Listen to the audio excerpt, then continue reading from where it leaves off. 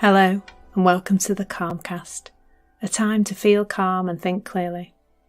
I'm Clare, the Queen of Calm, a transformational life coach. I was a burnt out head teacher who finally made the journey to calm after years of trying, and I want to prevent you from having to do the same.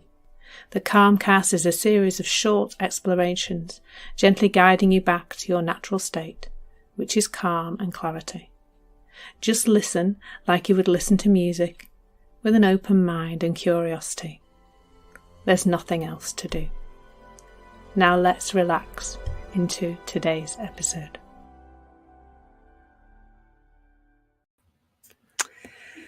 So today, welcome, and I'm looking at the power of curiosity in problem solving. I used to think I knew everything, and so was not brilliant around curiosity because I thought I was right all the time. I'm really laughing at this because this really is it really is the truth. That really is how I saw the world. I'm right. I know everything already. I know the answers to everything already. So why would I need to be curious about anything? And I'm now much more curious, and I've seen the power of that in terms of solving problems, because it's almost like, first of all, there's how we see a problem. And I keep saying this in these sessions. As soon as you call something a problem, your brain goes like that. It starts to fill up with noise. It starts to think about what the future is going to hold around that, and what's going to happen if it goes wrong. And, it makes it just much bigger. Our thinking makes it bigger. So that's the first thing. And that limits, of course, our ability to be in a calm space, in a clear space, in a curious space. And really, that curiosity, as I'm seeing it, as I talk about this in terms of problem solving, is really about getting curious about us and how we're relating to things.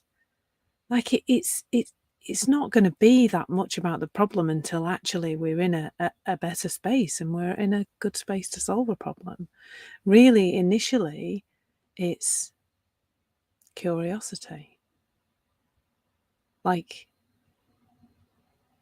if we're looking at something in our lives that needs to be dealt with, and we're calling it a problem, and we're caught up in the future, and it feels terrible, and it feels like we're never going to find the solution, then it closes us down. And so then the curiosity is about us. It's always about inside. We think we've got to be out in the world, don't we? Like fixing the thing, sorting the thing out, making the thing better, solving the problem. And it's not that. The curiosity is, how am I relating to this? What thinking am I caught up in around this?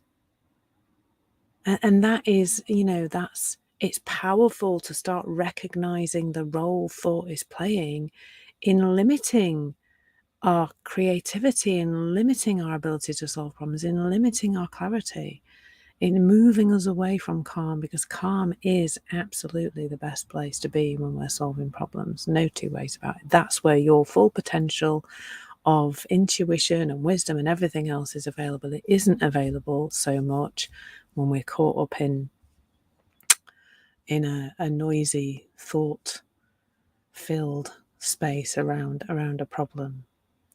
So that, to me, is the key of why curiosity is important, because it's becoming aware and curious about the story we've got about the thing that we would like to have be different, because that really is a problem, isn't it? That's what a problem is. It's a thing that's a particular way in the world, and you want it to be different, or I want it to be different. I have plenty of things I want to be different. But even as I feel like there's another layer here that I'm seeing, is, start your curiosity about why you want this to be different. So for me, as you will know, if you've listened to many of these sessions, any of these sessions, for me, it's other people's behavior. What is it about a person's behavior that seems to be getting in the way of my ability to be calm? There is one particular person who I struggle to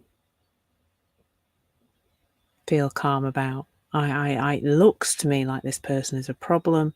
It looks to me, not their person, but their behavior is a problem, that I can't have peace of mind until this problem is solved. I don't know. That sounds terrible. It sounds like I'm going to get a hitman. That's not that. But until this person stops behaving the way they're behaving, it looks like there's future problems being created by this person's behavior. Yeah, straight away. Look at the story there. It's huge. And that, for me, is the space to be curious. What's the story I've got about that? Every time I say, what's the story, I want to say in Balamori, which if you have children similar age to mine, mine how old are they? 23 and 21. You will have been subjected, and I feel it was subjected, to a show called I don't think it was called What's the Story in Balamori. It was just called Balamori, and it was set in a village in Scotland, perhaps on an island in Scotland. Anyway, there were some very interesting characters in that show, and they used to say, what's the story in Balamori? So every time I say, what's the story, I just want to say in Balamori. Anyway, I just thought I'd share that little aside with you. Hopefully it's made you smile, particularly if you are a person who was in the UK with small children 15 to 20 years ago. I don't know if the show's still on, to be honest. Somebody can let me know if it is or not. So that piece around the curiosity of why we even think there's a problem in the first place is a beautiful place to start this exploration, really. Because a problem to me is something that we believe should be different. It could be anything. It could be a level of income. It could be a partner's behaviour. It could be anybody's behaviour. In my case, let's be honest. It could be I don't know, a noisy neighbour. It could be all sorts of things that look like they have to be different in order for us to be okay. And that's really the starting point for anything. Now, if we're in this place of this is a problem and it has to be different for me to have an okay life. I can't be okay unless this thing, this person, this circumstance changes. That has to happen first. If we're in that state of mind about something, then there's a lot of thinking there. You can already hear before. I mean, I've not gone into the extensive thinking we can have about that and how long we can think about it and how we can overthink about it and how we can feel very overwhelmed and stressed and anxious about it. But let's start from the understanding of the inside out reality of how our experience is created and get curious there. If it looks like something in the world out there needs to be different, better, change in order for us to be okay, then absolutely those things are going to look like a problem, aren't they? Now, it's okay to want things to change. Absolutely. So recently I had a problem that looked like a problem with somebody's decision about something. And it really didn't seem to me to be beneficial to anybody in this scenario. And at the time when this person was pushing back and refusing to make just a very small change to a schedule that really she professed she couldn't make the change, but I suspect that wasn't actually true. Anyway, so I got really wound up about, oh my God, now look what it's going to look like. This is not right for the people involved. It's not okay for everybody, and it's not, people are not going to feel it. And I was really caught up in it. And then I just thought, I'm really like, there's a massive story here. I'm making this into a massive problem. And actually, at some point, I wasn't really thinking about it. And it just came to me like from intuition, which I'm going to be exploring in the next session, actually. It just came to me, I need to make the situation very clear to the person who's refusing to make this very simple change. I just need to spell it out to her. Just make it very clear in a very polite way. Just, are you aware that by refusing to make this little change, this is what's going to occur in terms of schedules and things? And I just felt like, and the messages flowed, just very calmly flowed out of me. And the message really, and when I sent the message, the person just said, "Oh, actually, let's do the change that you want." It was really interesting, and like I'd settled into this place of, well, if this is the way it's going to be, that's just the way it is. There's nothing we can do about it. But then it did make sense to just send this very calm message, and that, interestingly, created the change that I'd wanted in the first place. So that's fun to play, and that's fun to get curious about, isn't it?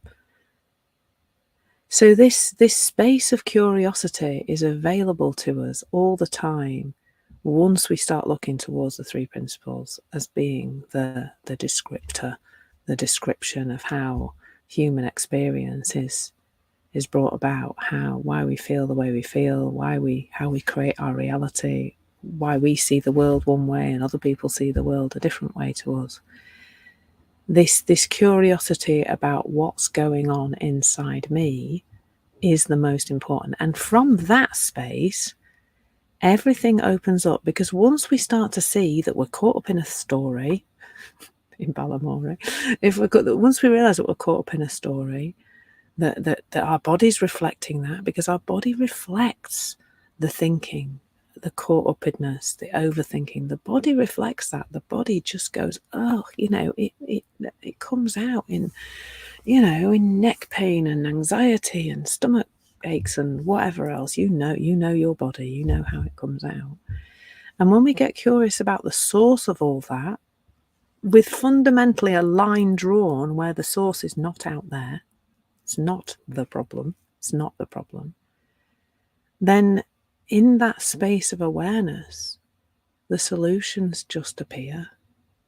They really do. I know that sounds like some crazy person talking to you, but I see more and more that as we realize, become aware of where we're going with our thinking and what we're creating and how things look like a massive problem, when we're curious about that, and we're just kind of going, oh, that's interesting. I seem to have gone into a bit of a, none of these thought patterns are a surprise to any of us, because we've been there, done that many, many times before, haven't we? We're in habitual, repetitive thought patterns. When they're there, and we see they're there, they tend to just melt away. And underneath that, in the space, in your connection to intuition and wisdom, the problem is solved. Either the problem just ceases to look like a problem and you just accept what is, and then the freedom, the peace of mind, that's what we really want, don't we? We want to solve a problem. We just want to feel good, that's it. Or, either there's a letting go and are just like, oh, well, okay, that's just the way it is. Or the alternative that happens is that there is this space where something to say or do will occur. But when we think the problem is huge and our well-being is dependent on it, the things to do will look huge. Well, I've got to do this, and I've got to make that person do that, and I've got to make this change here, and how will I do all of that? It's huge, isn't it? Whereas when we're in this place of curiosity about us, and we're going, right, okay, I'm clearly caught up in an outside-in misunderstanding here. And we become aware of that. Then the calm comes, and then the space opens, and then there's a little action to take. A little action, not a great big, because it's not a great big problem anymore, because our well-being doesn't depend on it anymore. But there still might be a change to make, another step, a little step. That's it. So I hope you found that. Helpful. That's been a long one today, but that's okay. It is what it is. I hope you just have a day in a space of curiosity. Not about out there. Forget out there. You can't forget it completely, but just be curious about you and what you caught up in it, and enjoy exploring that. It's such fun and so enlightening. Lots of love, and take care. Thank you so much for listening. There's nothing to do now but bring some awareness to how this is working out in your life. Listen regularly to experience longer and longer periods of calm. This has been the Calmcast with Clare Downham, Queen of Calm. Take care and keep listening.